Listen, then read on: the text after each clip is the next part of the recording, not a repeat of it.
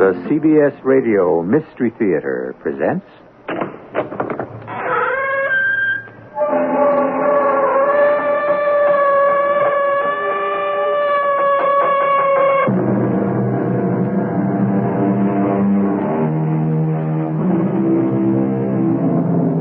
Come in. Welcome.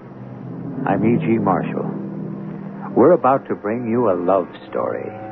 Before we're through, you may say that we have subjected you to too much turbulence and too many shocks for a love story. But whoever said that a love story was nothing but sweetness and light? No one, that is, who's ever been in love. That's the planet Venus. That's so. Venus is the morning star. I never knew that. Venus is also the evening star. As the evening star, Venus used to be called Hesperus. Yeah? But as the morning star, Venus was called Lucifer.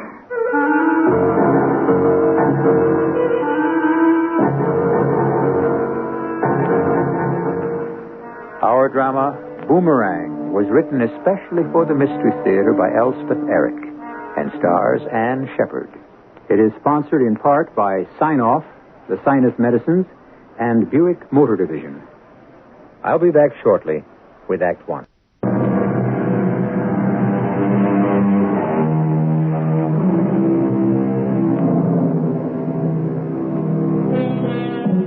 There's a word going around these days, going around a bit aimlessly and subjected to frequent mistreatment. The word is ambivalence. Now, let's break the word in half. Ambi is from the Latin and means both. Valence means power. Put the two halves together, and we have our word back again. Ambivalence, which means simultaneous attraction toward and repulsion from. This story is about ambivalence, and that's why I call it Boomerang.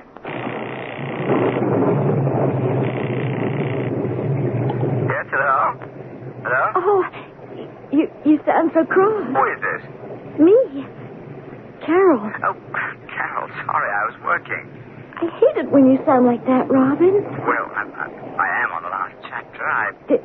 Did I interrupt you? Yes, you did. Oh, I'm sorry, truly sorry. How are you? I'm fine, except for this cold. Got a cold? Yes, can't you tell? What was it you wanted? I mean, why the call? Look, will I see you tonight?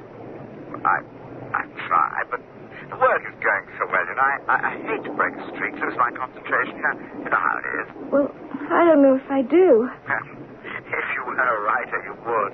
Did I break your concentration, calling you up? Matter of fact, you probably did. Well, if I did, then why didn't you come over here? Your house? Are you mad?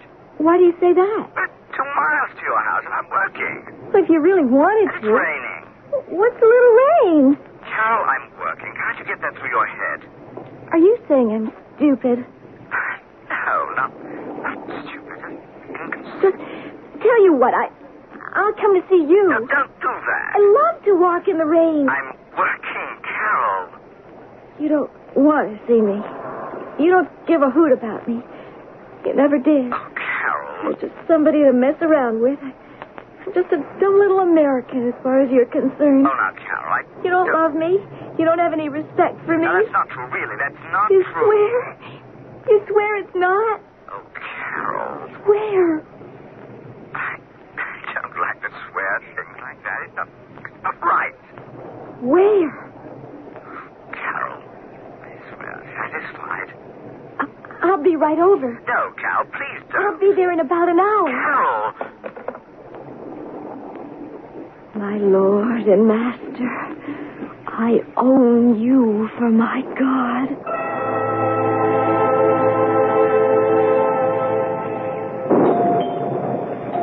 That you, John? It's me, Celia. Oh, come in quickly. Oh, what weather. Give me a coat. Oh, yeah, thank you. It's terrible of me to ask you to come out in a night like this. Oh, it's all right. No, it's not all right. I know I impose on you. That's what old friends are for, to be imposed on. You do have a way of making me feel better, John. And that's what doctors are for. Now, what seems to be the trouble with Carol? As a matter of fact, it's just a cold and a sore throat. Oh? Well, has she tried gargling with salt water? John, I didn't get you over here for just a cold. It's other things I can't cope with. Such as? Well, she's been odd lately. Odd? How? And how lately? Actually, it goes back more than a year to when her father died. Only it wasn't so noticeable then, and I thought it was just, grief. She was away at school when he fell ill, and he didn't want me to send for her. He was sure he'd recover, and so was I, and then the second hemorrhage, and Yes, it was very sudden. And I've always felt that she held it against me that he died. Oh, surely not. I know she blamed me, that she wasn't here. And I suppose that was my fault. No, see, it wasn't. Well, anyway, she grew more and more silent and sullen and hostile. So I brought her home where I could keep an eye on her, but it hasn't helped, John. She's very polite to me, and that's about all. You can't talk to her? What about? What would I say? It's not that she's done anything. Sometimes I wish she had. Well, then, what is it? Tell me, Celia. She shuts herself up in her room a lot. She doesn't go out at all? There's a man. She goes out with him. Ah. She met him about a month ago at a beach party. He's very nice. His name is Robin Graves. Oh, yes, the young Englishman. I treated him once. Took a fish hook out of his hand. He's a novelist. Lives in the Devereux Beach House. He's older than Carol, isn't he? He's in his 30s, I think. You know him? I've met him several times, talked to him. When he comes here to pick up Carol, I don't let her drive the car. Other people let their children drive at 16 or even younger, but I won't. That's wise. And Robin's been very nice about taking her places, parties and swimming and things like that. Then she does go out. And with Robin Graves, she does. Nobody else. When she's not with him, she mostly stays in her room, and John, she... Yes, Celia. She's what? She talks to herself. I hear her, John, talking to herself.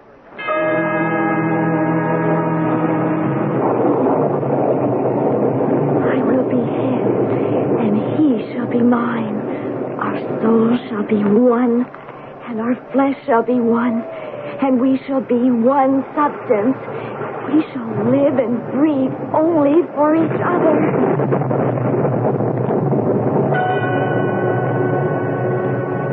I hope I'm not depressing you with all this talk about Carol. Well, I've known Carol most of her life. I think that she's basically very stable. How could she be anything else with you for a mother?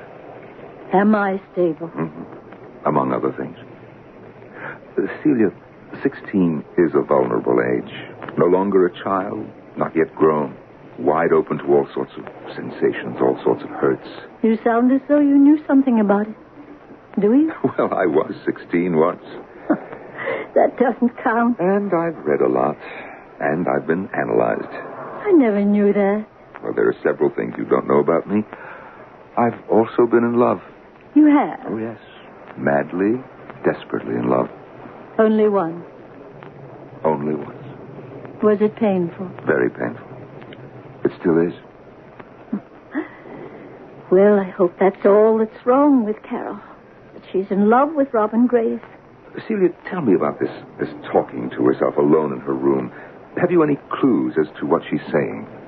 I haven't been able to make out any words, but her tone of voice, it's very low and it's kind of... Kind of what? I don't know exactly how to describe it. It sounds as though she's praying.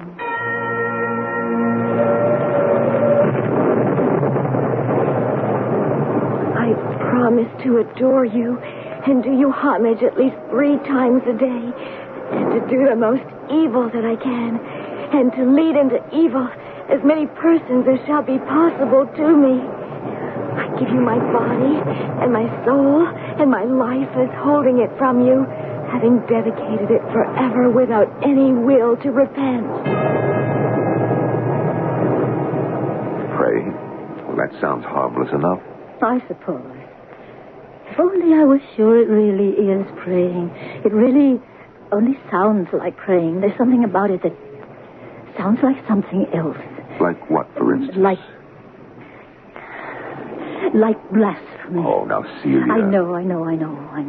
I'm imagining things. You know, perhaps if she got out more and saw more people. No, I wish she would. Maybe you should let her drive the car. Or if you don't want to do that, maybe you should move closer to town. Give up this house? Well, it is awfully remote, Celia. But we've always lived here. I don't think Carol would like living anyplace else. You don't have any close neighbors. Well, you've never minded. Celia, I worry about you. Do you really? Yes, I do. You don't need to, John. You let me be the judge of that. As a matter of fact, well, I worry so much, I brought you something. Here. What is it? It's a revolver.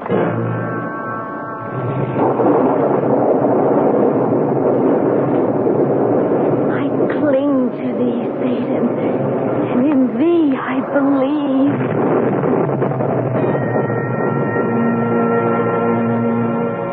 John.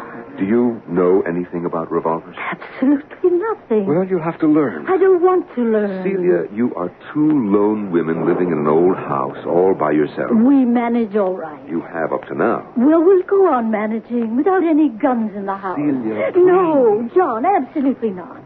I couldn't bear to touch that awful thing. Well, then let me put it in the drawer of this desk. No. Just in case somebody should break in here. I couldn't use it on anybody. Well, you wouldn't have to, but you'd know that it's here. Oh, John. All right? I guess so. Yes, it's all right. Good. Now, let's go look in on Carol. All right. It's just a cold, you know. It's nothing serious. And a sore throat, she said. Well, she said her throat was a little sore. Carol? Dr. John is here, dear. He wants to check on your cold. Carol? John? The window's open. She's not here.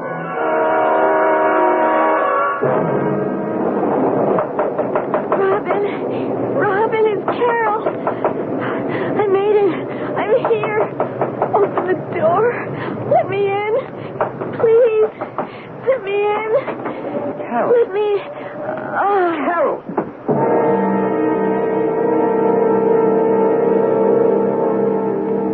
Do you know where your children are? Do you know what your children are doing? Do you know what they are contemplating? What they are regretting? What they hope for? What they long for? What they dread? What they feel? Probably you don't. But probably it is precisely what you did. Hoped for, longed for, dreaded, and felt. If only you could remember what it was. I'll continue with Act 2 shortly.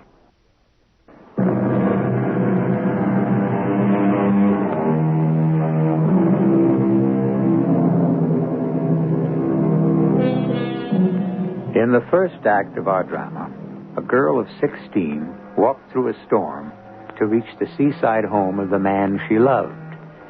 But is this particular man the one she has really set her heart on? We cannot be sure. For on her long rain-soaked journey, we heard her invoke another, a bodiless being, one called Satan. Now, as we begin Act 2, it is 7 days later. Oh, Mr. Graves. Hello. Hello. I was driving by. I wanted to inquire about Carol. Do come in. Thank you. Yeah, I've been worried about her. She's asleep right now, but I could wake her. Don't do that. She probably needs all the sleep she can get. Well, it was pneumonia. Do come in and sit down. Thank you. She was quite out of her mind for a few days. Delirious. Yeah, when I found her on my doorstep, she seemed, well, not quite rational. Well, after a 2-mile walk through a terrible storm. I do hope you don't hold me responsible for what happened. Oh, no. It was very impetuous of Carol to go out into that dreadful storm. Very impetuous. Very foolish. can't imagine why she did it. I really never imagined she would. If I'd known she wanted to see me that badly, that it was that urgent, I'd have come over here, of course. But I never... Well, I thought I explained it adequately, but apparently I didn't. You talked to Carol that day. Didn't she tell you? Well, Carol doesn't always tell me things. In fact, she very often doesn't. Lately, she never does. Well, she called me and said she wanted to talk, not about anything in particular, just to talk. I explained that I was working on my last chapter and didn't want to break my concentration. Well, that's very understandable. Yes, but she seemed offended. Well, of course, Carol is a very young girl. She takes offense at the least little thing. I'm afraid she does, yes. I'm very fond of her, but, well, you... I understand. When I said I couldn't break away just then, she said she'd come to my place. Of course, I said, no, don't do that. I pointed out that it was raining. I never dreamed she'd try to walk the whole 2 miles. Lord, I thought she'd drive over. I don't let her use the car. Well, I know that, but she could have asked you. Well, she seldom asks me anything anymore. No, she just started out on foot. Really, I am so sorry about the whole thing. Well, I know it was my fault, at least in part. Oh, no. And I am very fond of Carol. I really am. I'm sure you are. I wouldn't hurt her for the world. I'm afraid she's a little more than fond of you. Yes, well, that had occurred to me. It's very embarrassing. No, don't be embarrassed. It's nothing you could have prevented. Well, I am older than she is by quite a bit. Even so. Well, young people these days, well, you know. I do know. They give the impression of being so free, so self-possessed, so grown up. It's easy to be taken in by it. And in Carol's case, I was. I'm afraid an impression is all it is. Nobody at 16 is very free or self-possessed or grown up. It has been quite a revelation to me. It taught me a lesson, too, not to take such things at any rate for granted, just because, well, the way they talk, all this business of being, what is your expression, with it, you know? Oh, yes. They're really very immature and very vulnerable. I quite agree. I must say you are an understanding mother. No, I wish I were. I wish I were. I could do so much for Carol if I only understood her better. Ah, well, at any rate, you won't have to worry about me much longer. Oh? I've finished my book. Congratulations. Well, about time. It's been almost a year. Well, I know you've worked very hard. I have. Taking the Devereux cottage was about the best thing I ever did. Out there with nothing but the wind and the waves. Sounds lonely. Well, writing's a lonely business, has to be. And then, well, there was Carol. I know you helped her loneliness, too. I think so. I hope so. You're rather shut away from people here, aren't you? No near neighbors. That's true. But we've always lived here. My husband died here, and when I wanted to move closer to town, Carol objected strenuously, so we stayed here. Perhaps you shouldn't have it.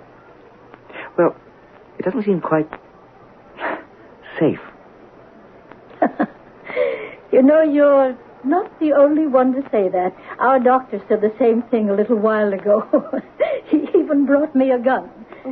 Really? A little pearl-handled revolver. Very feminine. Heavens, I wouldn't think of touching it.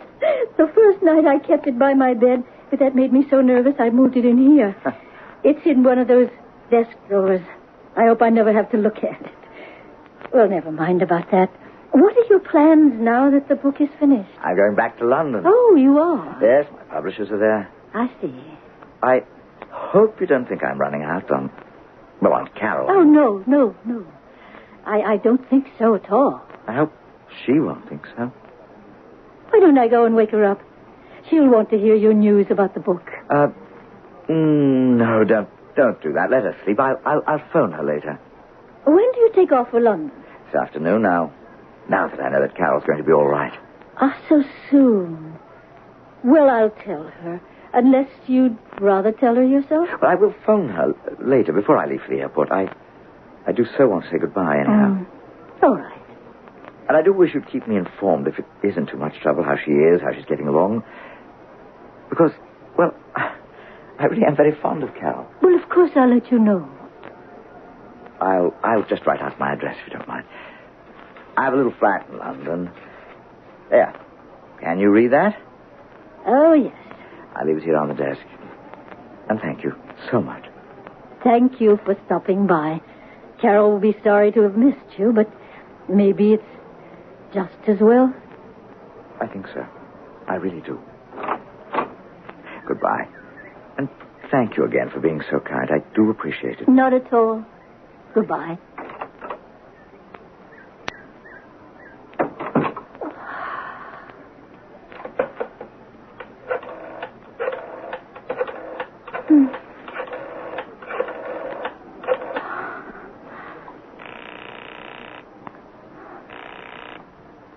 Hello? John, this is Celia.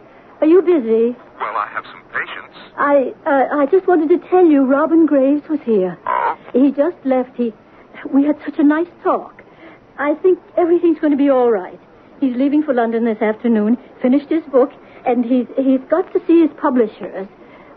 Could you possibly break away for lunch? I'd like to tell you all about it. Well, I think I can do that. Oh, good. About 1 o'clock. Fine. And, John, thank you for being so extremely nice.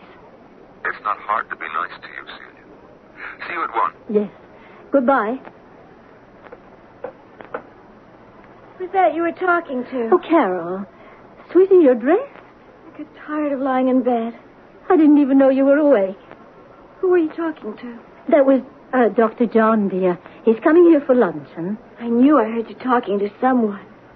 Carol, you like Dr. John, don't you? He's all right. He's so kind and thoughtful. I guess he is. And he thinks a lot of you. Does he? Indeed, he does. He feels almost like a father to you. Who were you talking to before you talked to him? Oh, that was Robin Graves. He stopped by to see how you're feeling. I'd have waked you, but he said not to disturb you if you were sleeping. I thought I heard his voice. In your sleep, probably. Probably. Guess what? He's finished his book. Oh, has he? Yes, and he's going back to London to give it to his publishers. Isn't that exciting? When is he going? Why, I think he said this afternoon. I think that's what he said. He wanted to be sure you were going to be all right. And then, oh, heavens, it's after 12 o'clock. I'd better go out to the kitchen and see what's in the fridge for lunch. Don't you think you ought to go back to bed, dear?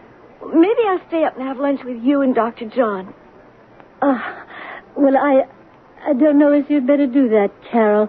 He and I have several things to talk about privately. Oh? Like what? Oh, well, it's this and that. You do like him, Carol, don't you? You said you did. Well, sure, I like him. I'm glad you do. Are you going to marry him? Oh, heavens. He hasn't even asked me. What a question. He probably will. Well, that remains to be seen. It's you I'm thinking about right now. You're not too upset over Robin Graves, are you? He's going back to London. I knew he'd go sometime. So then that's all right. Hadn't you better go check on the food? Yes, darling. Yes, I'd better. And you go back to bed? All right. When Dr. John gets here, I'll have him take a look at you. See if it's all right for you to be up and around. Okay. I think we have eggs in the house and stuff for salad.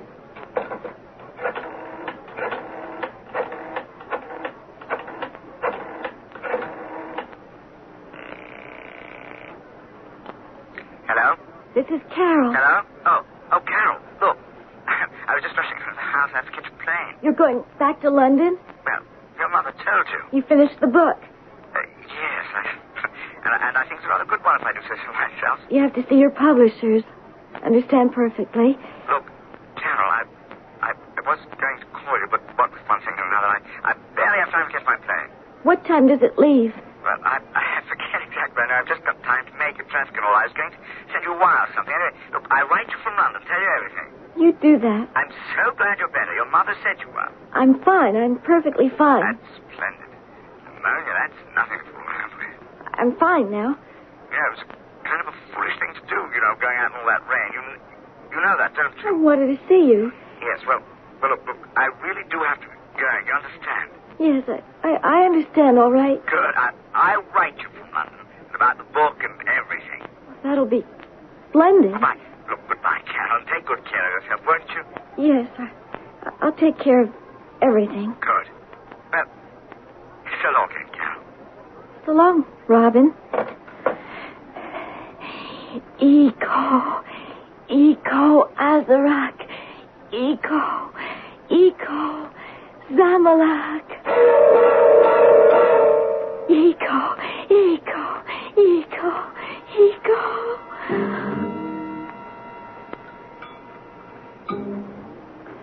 So he's gone back to London. And you say that Carol took it well? Very well. Very calm about the whole thing. Oh, John, I'm so relieved. Oh, of course you are. It was just a crush, this whole thing with Robin Graves. All young girls have them, just a passing phase. I hope so.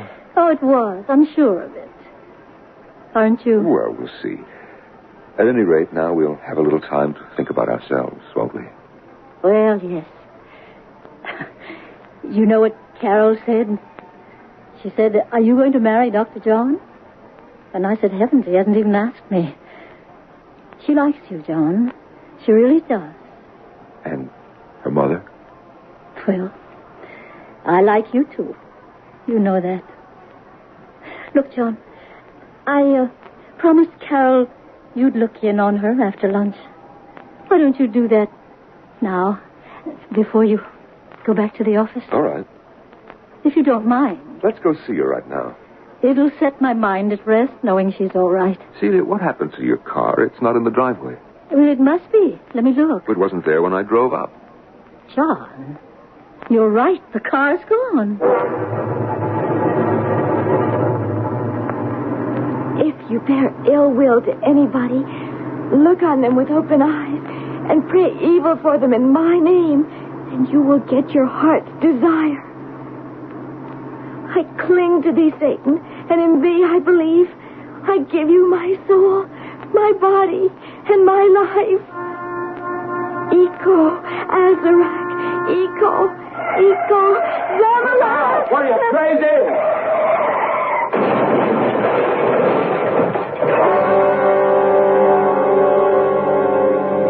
Do you remember what it was like to be 16? Oh, I'm sure you remember the fun, the dates, the parties. You remember school and studying and taking exams. And you remember the little failures and the little successes and everything that fell between. But do you remember the doubts, the terrors, the feeling that everything might suddenly go out of control? I doubt that you do. For you did grow up, and you did get everything under control. You did, didn't you? I'll be back shortly with Act 3. You've never had a really exotic car, have you? Because you've always felt that you needed something a little more down to earth. But you still want that exotic car, don't you? You know what you need? A Buick Skyhawk. It's small, it's V6 powered. Hey, it's even got a hatchback. Now that's down to earth. But with things like bucket seats, available 5-speed manual transmission, and that laid-back, low-down styling, it's not exactly plain vanilla. The Buick Skyhawk, the car you need and the car you want.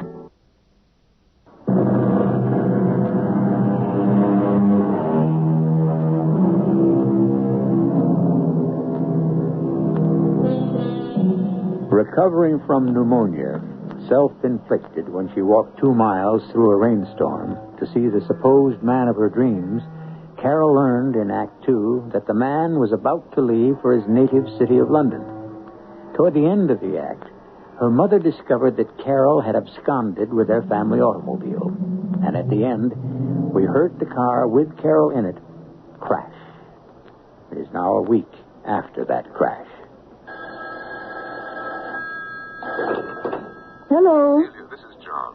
Oh, yes, John. How nice of you to call, busy man like you. Well, I'm worried about Carol.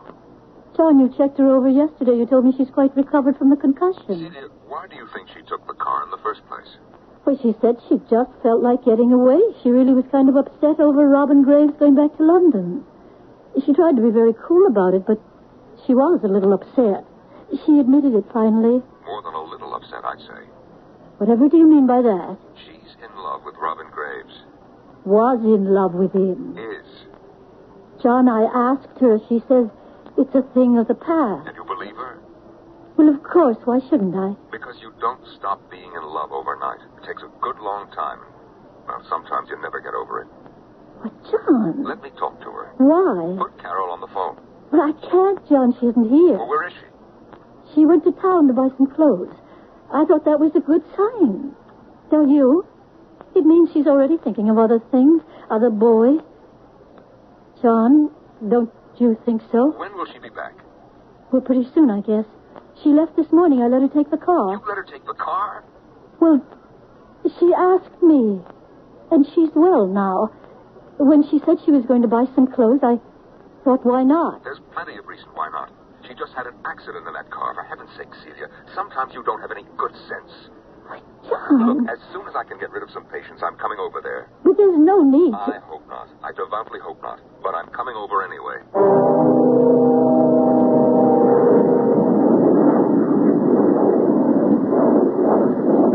Care to look at the magazine? No, thank you. Don't you ever get tired just staring out the window? No, No.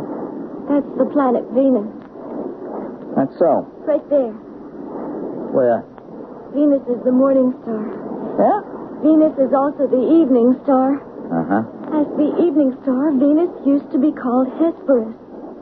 You don't say. But as the morning star, Venus was called Lucifer, Lucifer, huh?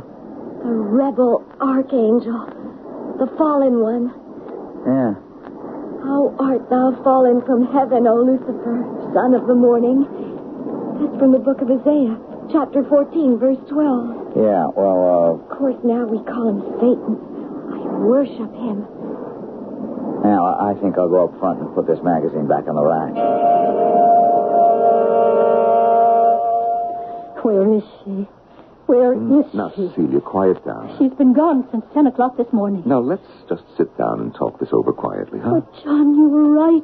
That's not important. She's still in love with Robin Graves. She's gone off somewhere. Robin Graves is in London. You... Oh, no. Is that possible? That she's... Of course it's possible. I suppose it is. It's hard to believe. You know, I wonder if we shouldn't phone him. Tell her to be on the lookout for her in case she shows up. I've got his address. Oh, good, good. I put it in the desk drawer somewhere. It's here somewhere, I'm sure. I didn't throw it away, I know it. It's because I promised to write to him. And I meant to... John. What is it? What's the matter, Celia? The gun you gave me, it was in this drawer. It's gone.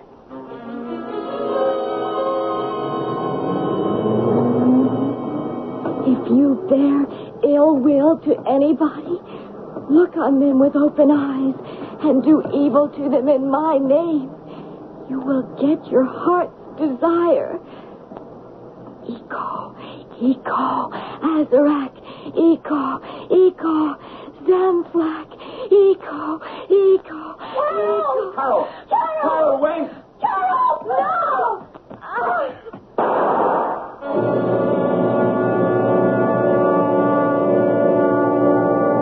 It's only a flesh wound, Celia. The bullet entered her shoulder and came out the other side, clean. It'll heal in no time. She won't even have to stay in the hospital after today. If we hadn't called out to her the way we did, maybe she wouldn't have stumbled. My darling, Yes. well, would you have let her continue on to Robin Graves' apartment? No, of course not. Well, then. John, you've never spoken to me in just that way before. What way? You know, that tone of voice, saying, my darling. How did it sound to you? Very nice. That's all? Sounded lovely. Well, now, why don't you try saying it? My darling. I think I'll go in and see Carol. I'll come with you. No, I think I'd like to talk to her privately, if you don't mind. You know best. I hope I do. I sincerely hope I do. I'll wait out here for you, my darling. Thank you. Hello, Carol. Hello, Dr. John. Okay to sit down? If you want to. Yes, I do. I want to ask your opinion about something. My opinion? Mm-hmm. Your opinion is very important to me in this particular matter. I didn't know my opinion was important to anybody. Do you think that I should ask your mother to marry me? What? You heard me. Well, I don't know. I love her very much. I have for a long time. Very long time. And lately I've begun to think that she loves me. Oh, well, It would mean that I'd be your stepfather. Would you mind that? I wouldn't mind, exactly. Do you think in time you might even get to like it, maybe? Well, I guess I might. Well, then, I guess I'll go ahead and ask her. Iko Azarek. Iko Zamalek. Iko. What are you doing? What do you think? Oh, I'm just saying a little prayer. That's the ancient prayer the high priest used to say over the bowed heads of the witches after he'd consecrated the magic circle. How do you know? Well, I read a lot about the old religion. Witchcraft. I own a lot of the old grimoire. That's what they call the books about witchcraft, devil worship and all that. I know.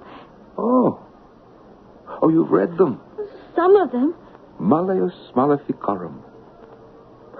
Carol, have you read that? It means Hammer of the Witches. Have you read it? No. Why, it's the most important book on witchcraft ever written. I suppose you know about the Devil's Bible. Do you? No. It's in the Royal Library in Stockholm. Maybe when you're through here at the hospital, you and your mother and I could go to Stockholm. Why are you telling me about these And things? then there's the Great Key of Solomon the King. What do you think I care about all those old books? And the demonology of King James. Stop. And Sadducismus Don't. Trium Shut up. Quartus. I don't want to hear any more. So just shut up. Shut up and get out of here and leave me alone. When did you decide you were a witch, Carol? Carol, what was it made you turn to Satan? Tell me, Carol. When did it happen? Was it when your father died? That was a terrible time for you. I know that. Very terrible. Too terrible for a girl of 14 to bear without some sort of terrible reaction. Carol, was that when it happened? When your father died? The father you loved so well? He didn't have to have died. What's that? Carol, what did you say? He didn't need to have died. Oh? I could have saved him, but they didn't send for me. They kept me in that stupid school, and they told me he was getting better, and then he died. He died, and I wasn't even there. If I'd have been there, he wouldn't have died, and he'd be here with me right now. See. But God took him. God took him away. He left me, and God left me. The devil entered into me and made me his own. I belonged to him and worshipped and adored him, and I was his slave. And I tried to learn all his magic. I tried to learn everything. You didn't learn it very well, did you? What? I said you didn't learn it very well. When you went to Robin Graves' house by the sea, you went there to punish him, didn't you? For not loving you the way your father did. But you didn't punish Robin, did you? No. You walked 2 miles in the rain and got pneumonia. I couldn't help that. No, you couldn't. A really good witch would have accomplished what she set out to do. And then that night you took the car and tried to reach Robin Graves before he took the plane for London. You didn't reach Robin, did you? No. You smashed up the car and you smashed up yourself. Oh, no, a real witch wouldn't have done that. And now, Carol, this last time, you took your mother's gun. You crossed the ocean. You put the gun in your purse and you set out for Robin's apartment to kill him. But you didn't even get there, did you?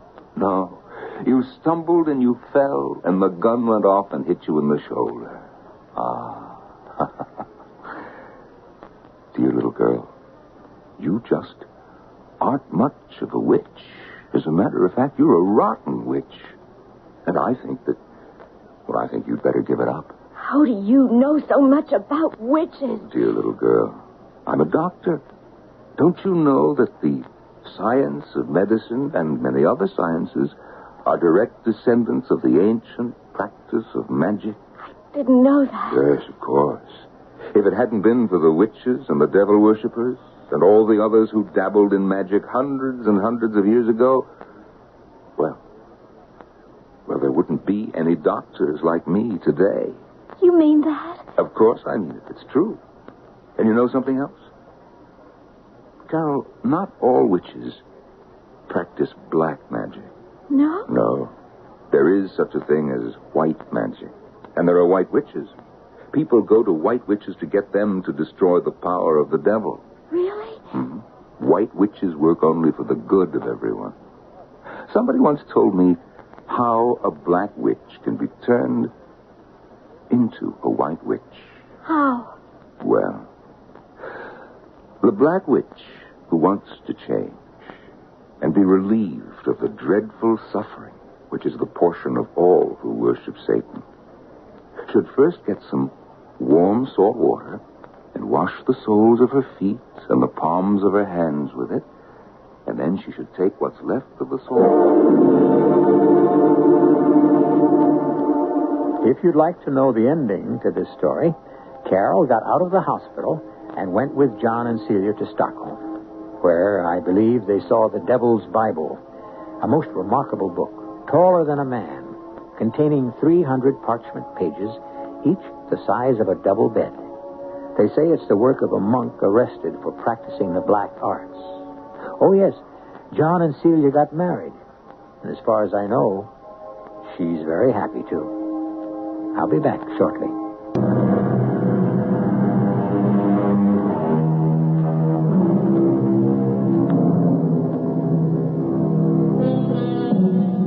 I don't think I believe in witches. I've never met one. I don't believe I've ever seen one. But if I ever should, I know how to make sure she's a real one. Somewhere on her body will be a place that is impervious to pain. Yes, and will not bleed. All I have to do is find that spot, they tell me. Of course, they haven't yet told me whether she'll let me look for the spot. Oh, well. Our cast included Corinne Orr, Ann Shepard, Norman Rose, and Michael Wager. The entire production was under the direction of Hyman Brown. And now, a preview of our next tale. He won't admit anything. There is no more loyal servant on the island. To you, not to me. Yes, master. There have been too many accidents lately, Fonseca. Lady believes there's a hex. Now, do you believe that? I not know, master. If spell on a lady, Zananda can break spell. Well, Lisa, is that what you want? I mean, to send Fonseca down the mountain to the jungle and bring that witch woman up here for tea and mumbo-jumbo? I don't want any witch near me. What kind of a place do I live in where there are witches? I want you to sell the estate and take me away. I can't do that. I speak, master. Yes, Fonseca. Not safe. Lady, stay. It's best lady go. From Ceylon. Radio Mystery Theater was sponsored in part by True Value Hardware Stores. This is E.G. Marshall inviting you to return to our Mystery Theater for another adventure in the macabre. Until next time, pleasant dreams.